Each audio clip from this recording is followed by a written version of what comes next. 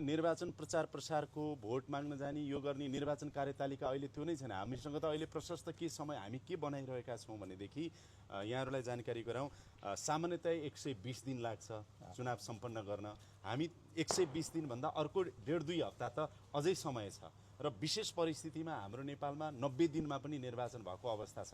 त्यसैले अहिले हामी सबैले के लियौँ भनेदेखि यसलाई वार्ता, संवाद, छलफल, विभिन्न चरणका चाहिँ कुराकानी सबै पक्षहरू समेट्ने र सबैले निर्वाचनमा भाग लिने, राजनीतिक दलहरूले सबैले, जेनजीले समेत र अधिकांश जनताले, मताधिकार पाएका जनताले मतदान गर्न सक्ने अवस्था हामीले क्रिएट गर्यौँ भनेदेखि सम्भवतः हामी मुलुकलाई एउटा जुन खालको अलिकति अहिले सङ्क्रमणको अवस्था छ, यो सङ्क्रमणबाट चाहिँ नि निकास दिन हामी सक्छौँ भन्ने लागेको छ। अरू बाँकी कुरा अब हामी यसो गरौँला, अर्को निरन्तरको अर्को भेटमा अर्को जस्तै अहिले सरकारले मन्त्री परिषद विस्तार गर्न सकिरहेको अवस्था छैन।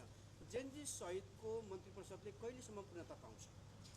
यो चाहिँ के छ भनेदेखि यो सरकारले पूर्णता पाउने कुरा सम्भवतः अब अहिले त तपाईँ हामी नै चाडबाडको समयमा छौँ, तिहारको मध्य तिहारमा पनि यहाँहरूलाई जानकारी छ सरकार, राजनीतिक दल, हाम्रा सबै सरकारवाला निकाय यसरी तिहारको समयमा तपाईँहरू पनि हामी बसेर देशकै बारेमा चिन्तित छौँ र चिन्ता गरिरहेका छौँ कि कसरी निकास दिने भनेपछि हामीले अब सरकार चाहिँ नि मन्त्री परिषद विस्तारको सन्दर्भमा पनि सम्भवतः यो तिहार लगत्तै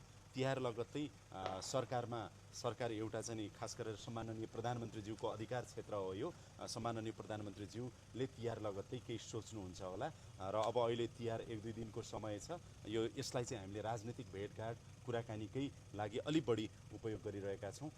तिहार लगत्तै सम्भवतः सम्माननीय प्रधानमन्त्रीज्यूले केही सोचिरहनु भएको होला। म यही निवेदन गर्छु। कांग्रेस